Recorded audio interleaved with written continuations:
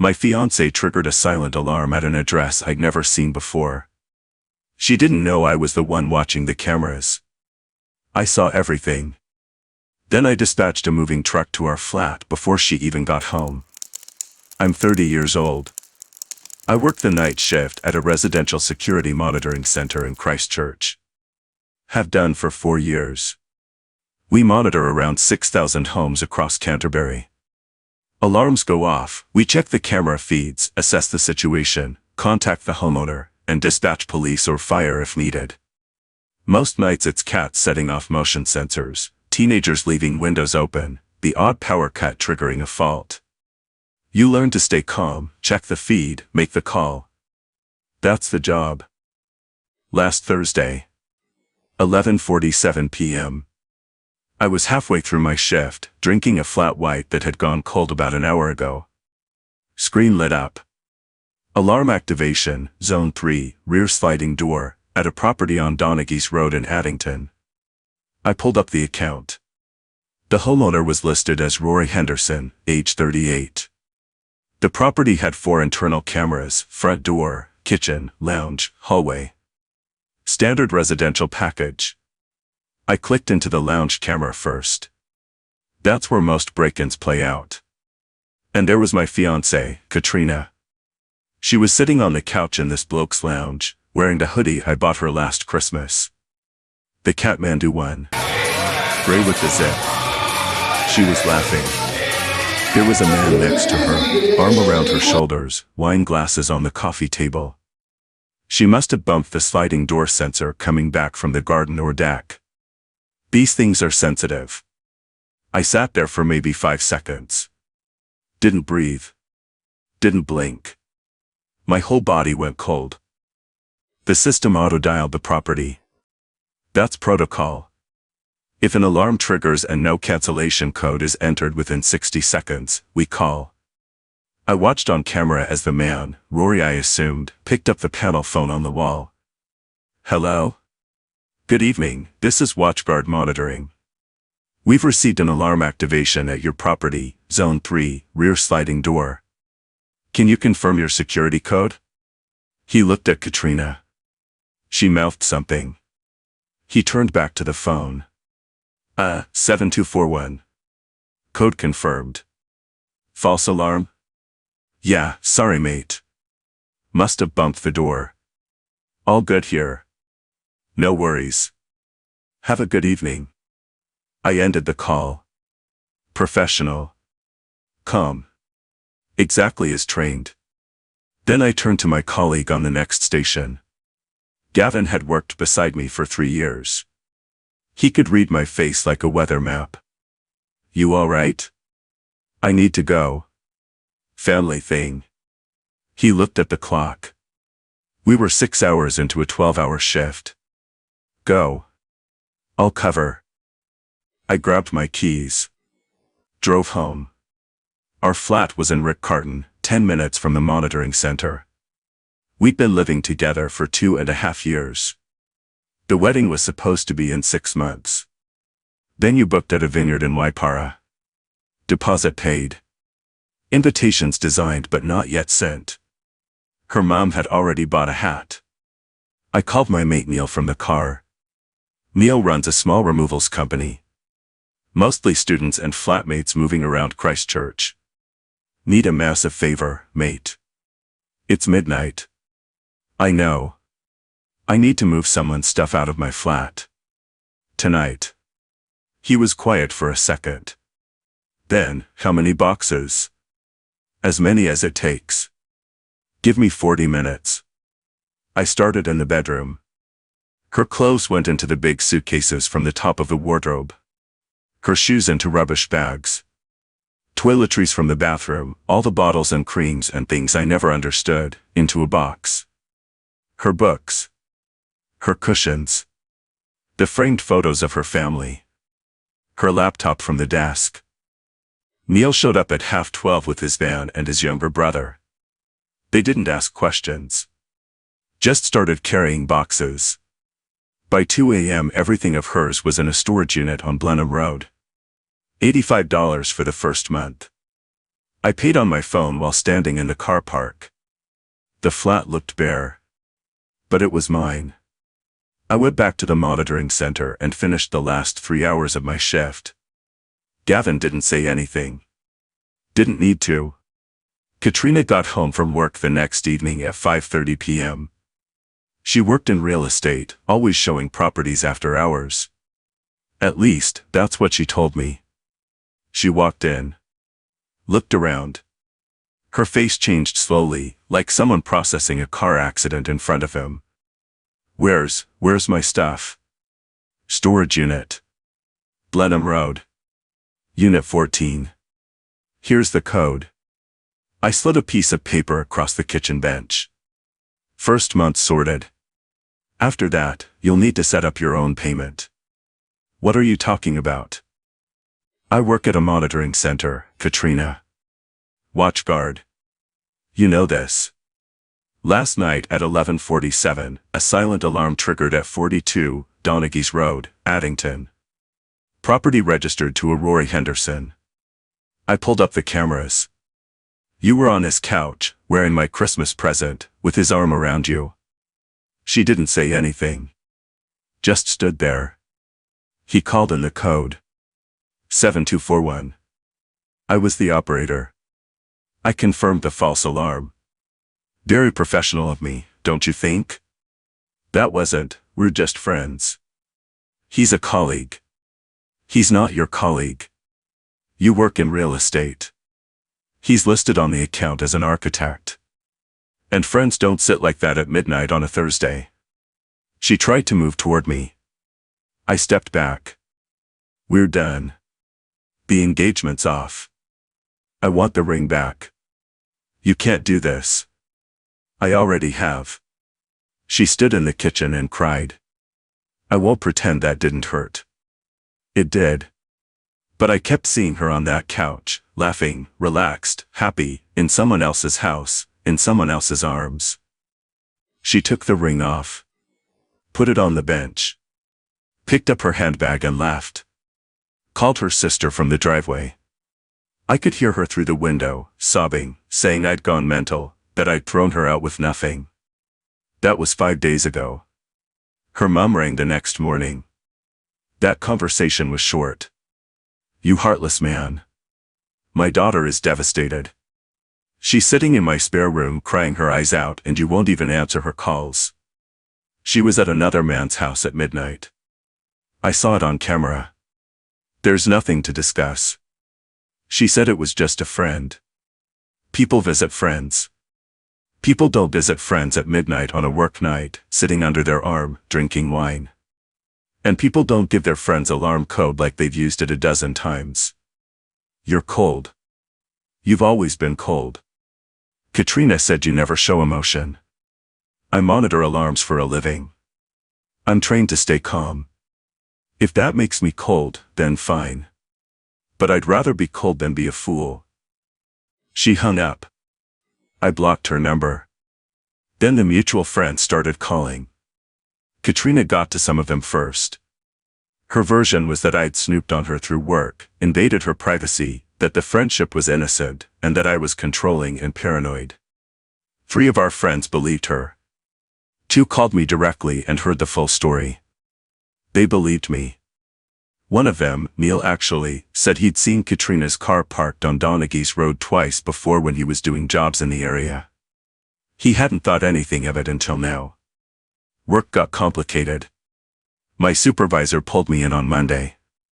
Got a complaint through legal. Your ex-fiancée's claiming you used company systems to spy on her. I didn't spy on anyone. An alarm triggered. I responded. That's the job. Random assignment. I didn't know she'd be on camera. I know that. The system logs confirm it. But we have to investigate. You're on admin duties until it clears. How long? A week, maybe 2. It took 9 days. They reviewed the logs, the camera access records, my call history. Everything confirmed I'd followed protocol. The complaint was dismissed. My supervisor told me the company's legal team actually found it almost comical, I'd done my job to the letter. There was nothing to investigate. But here's where it turned. Rory Henderson. The architect. I did some basic searching. Public record stuff. He was married. 12 years. 2 kids, both primary school age. His wife's name was Georgina. She worked at the university. I didn't contact her. Didn't need to. Turns out Katrina wasn't the only one who got careless. Georgina found hotel receipts in his jacket pocket 3 days after I ended things with Katrina. She rang me. That was a strange phone call. Is this Katrina's ex-partner? Speaking. My husband has been sleeping with your fiancée. I found proof. I'm filing for divorce. I'm sorry. I only found out last week myself. How long had it been going on? I don't know. I only saw one night on camera. 6 months. He confessed everything last night. 6 months every Thursday. Sometimes Saturdays when I took the kids to swimming. 6 months. Every Thursday. That's why she always had late viewings on Thursdays. Open homes that conveniently ran past 9. I'd sit at home making dinner for one, thinking she was showing some family through a 3-bedroom in Housewell. Georgina and I spoke for maybe 15 minutes. She was furious. Not at me. At the situation. At the waste. 12 years, 2 kids, a mortgage, a life. And he'd thrown it sideways for a 6-month fling. After we hung up, I sat on the kitchen floor.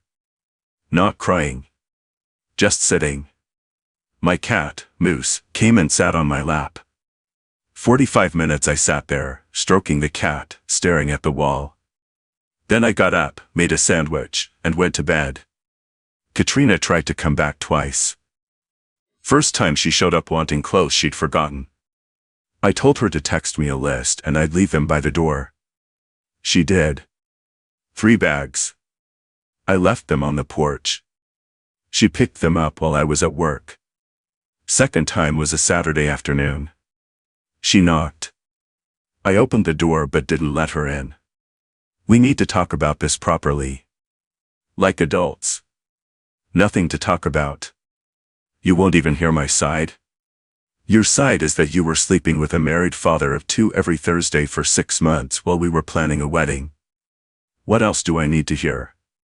It wasn't like that. It just happened. For 6 months. It just kept happening every Thursday. That's not something that just happens. That's a calendar appointment. I love you. We can get counseling. We can work through this. No. We can't. I'm done. I closed the door. She stood on the porch yelling for about 10 minutes. My neighbor, an older bloke who keeps to himself, came out and asked if everything was all right. I told him we'd broken up. He nodded, said something about his own divorce in 1997, and went back inside. The ring. I bought it 9 months earlier from a jeweler on Colombo Street. $1,500. They had a no-refund policy after 60 days. Best they could do was store credit. I took a $1,200 loss. Bought my dad a decent fishing rod for his birthday with the credit. At least someone got something good out of it. The flat lease was in my name. Always had been. Katrina moved in but we never got around to adding her. She kept saying we'd sort it after the wedding. Worked out in my favor. She tried claiming she deserved compensation for 2 years of shared living costs. Her arrangement was that I paid the rent and she covered power, internet, and groceries. Roughly even. I told her to take it up with a lawyer if she wanted. She didn't. Then things escalated. Katrina showed up at my work during a shift. She got as far as the reception area before security stopped her. My supervisor came to find me. She's in the lobby. Making a scene. Want me to call the police? Give me 2 minutes. I went out.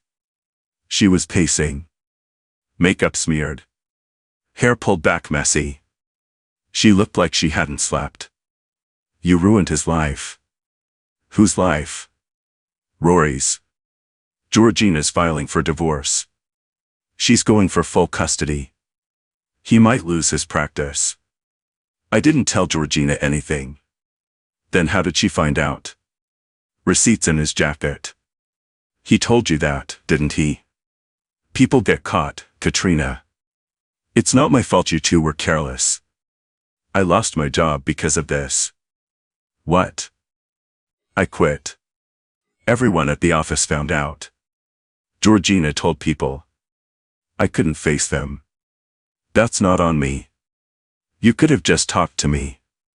We could have worked it out. Instead, you packed my stuff like I was nothing.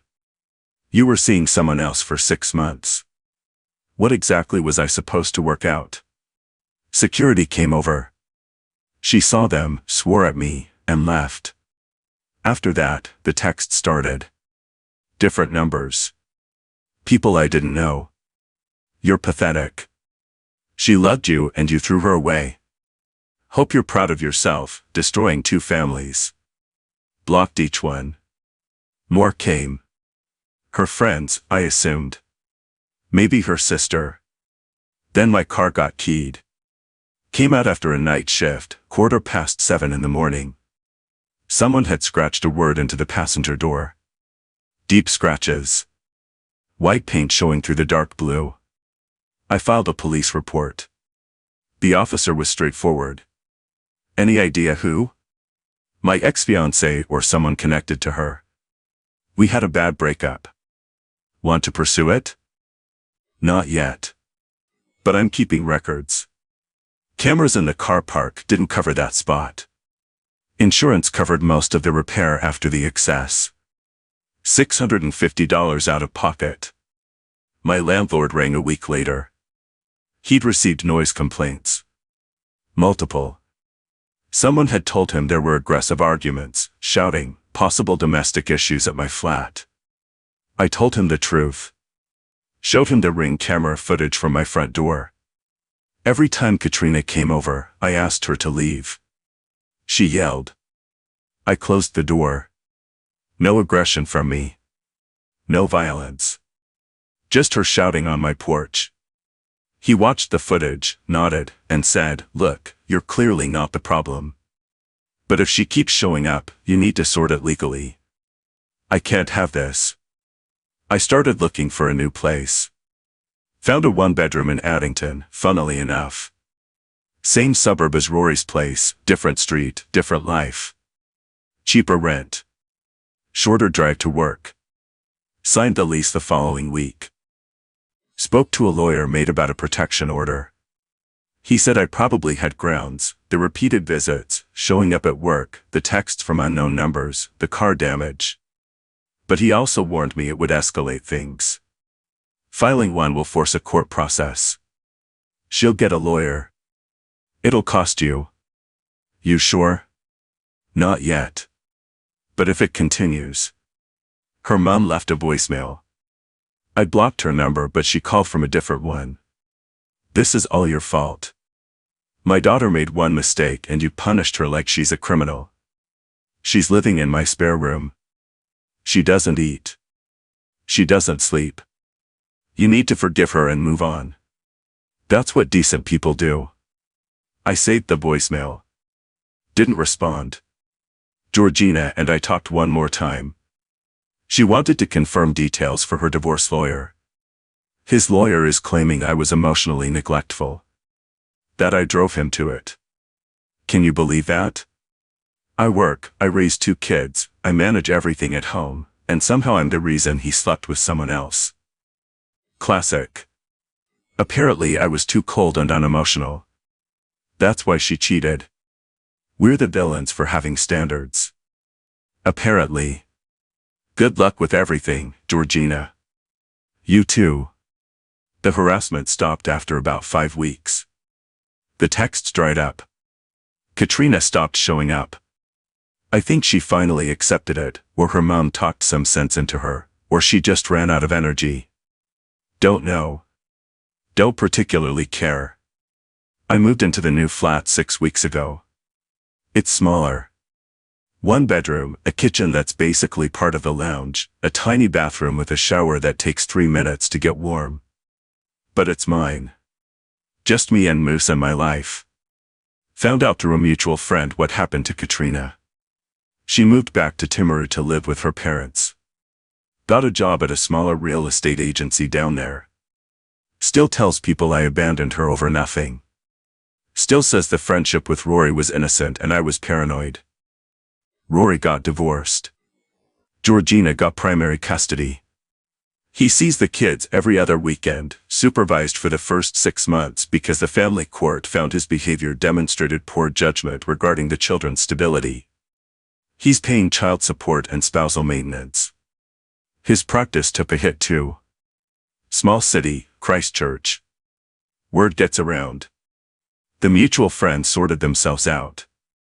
3 sided with Katrina. 3 stuck with me. Quality over quantity. Neil and his wife had me over for a roast last Sunday. Didn't talk about any of it. Just ate lamb and watched the rugby. That was enough. Financially, I came out okay. Lost $1,200 on the ring. $650 on the car. But I didn't lose a house, retirement savings, or years of a marriage. Could have been much worse. Work's been steady. The investigation cleared me completely. I'm back on full rotation. My supervisor checks in once a week. More as a mate than a boss now. You seem different. Lighter. Probably because I am. Started seeing a counselor. Not because I'm falling apart, but because processing 6 months of being lied to seemed like the smart thing to do with a professional. She told me something that stuck. She said the fact that I acted on what I knew rather than convincing myself it wasn't real was actually healthy. A lot of people see the evidence and talk themselves out of it. Stay another year. Stay another 5. I didn't. I saw the camera feed. I understood what it meant. I made a decision. My dad asked me last weekend, over a beer at his place in Ranjora, whether I hated her. No. Not even a bit. I'm disappointed. Angry sometimes when I think about the Thursdays. But hate takes too much out of you. Good. Hate means she's still got a hold on you. He's right. She doesn't. I still work nights. Still monitor alarms. Still drink flat whites that go cold. Sometimes an alarm triggers at a residential address and I pull up the cameras and it's just a cat or a possum on the deck. And I think about that Thursday night. The lounge camera. The Kathmandu hoodie. The wine glasses. Then I clear the alarm and move on to the next one. The flat's quiet. I work. I come home. I feed Moose. I cook dinner. I watch whatever's on. I sleep. Some people would call that boring. I call it peaceful. To anyone going through something similar, trust what you see, not what they tell you. Document everything, the texts, the voicemails, the visits. Don't let anyone convince you that your boundaries are an overreaction. You know what you can live with. I couldn't live with being lied to every Thursday for 6 months. I couldn't live with building a marriage on a foundation that was already cracked right through. I couldn't accept the risk to my health, not knowing who else was involved or what precautions were or were being taken. So I didn't accept it. I packed her things. I ended it. I moved on. Was it clean? No. Was it messy? Yeah, for a while. But it was my decision, made on my terms, protecting my future. Loyalty isn't complicated. Either you're in or you're not. And if someone shows you they're not in, believe them. Don't wait for a second showing. The cameras don't lie. People do. Sometimes I sit in the new flat at night, Moose curled up on the couch beside me, and I think about that camera feed. The lounge at 42, Donaghy's Road. The Kathmandu hoodie. The wine glasses. And I wonder how many Thursday nights I sat at home making dinner, thinking she was showing some family through a house in Housewell, while she was sitting under another man's arm 20 minutes across town. 6 months. 24 Thursdays, give or take. That's a lot of lies. Not one lie. Not a slip. A pattern. A system. A whole parallel life running alongside ours while I ironed my shirts and fed the cat and planned a wedding at a vineyard in Waipara. I think about cause and effect a lot these days. My counselor says that's normal. Everything that happened after that alarm triggered, the packing, the confrontation, the families falling apart, Rory losing his kids every other weekend, Katrina moving back to Timaru, all of it traces back to choices. Not mine. Theirs. Every Thursday was a choice. Every lie about late viewings was a choice. Every time Rory drove across Christchurch instead of going home to Georgina and those 2 kids was a choice. And choices have consequences. Not as punishment. Just as physics. You push something far enough, it falls. What I've learned, really learned, not just understood in my head but felt in my bones, is that integrity isn't something you talk about. It's what you do when nobody's watching. Katrina thought nobody was watching on those Thursday nights. Rory thought the same. They built something secret and comfortable and told themselves it didn't hurt anyone because nobody knew. But that's the thing about integrity. It's not about whether you get caught. It's about whether you can look at yourself honestly. Katrina couldn't. She looked at me every morning, kissed me goodbye, and drove to work knowing she'd be at his place by evening. That takes a kind of dishonesty that goes deeper than just lying. It rewires who you are. I also think about the moment I saw that camera feed. 5 seconds of pure shock. And then I made a decision. Not an emotional explosion. Not revenge. A clear-eyed assessment of what I was looking at and what it meant for my future. My counselor called it wisdom, which felt like a generous word for it at the time. But maybe she's right. Wisdom isn't being smart. It's seeing what's actually in front of you instead of what you wish was there. A lot of people would have closed that camera feed, convinced themselves it was innocent, gone home, said nothing, and spent the next 5 years wondering. I couldn't do that. Not because I'm brave. Because I'd seen too much truth on those screens to pretend I hadn't. And then there's the part that surprised me. The keeping going. The nights after the confrontation when the flat was empty and quiet and I didn't know if I'd made the right call. The texts from strangers calling me pathetic. The scratches on my car. The voicemail from her mom telling me I was heartless. Those weeks tested something in me I didn't know I had. Not toughness. More like steadiness. The ability to absorb a hit and keep walking in the direction I'd chosen. Neil said something over that roast lamb last Sunday that stuck with me. He said, "You didn't just survive it, mate. You walked through it standing up." I don't know if that's entirely true. There were nights I sat on the kitchen floor with the cat and didn't move for an hour. But I got up. Every time, I got up. Made the sandwich. Went to bed. Went to work. Did my job. Integrity to know right from wrong. Clarity to see what's real. And the steadiness to keep moving when everything around you is falling sideways. Those aren't grand ideas. They're just what got me from that Thursday night to this quiet flat in Addington with a cat on my lap and a life that's finally, properly, mine.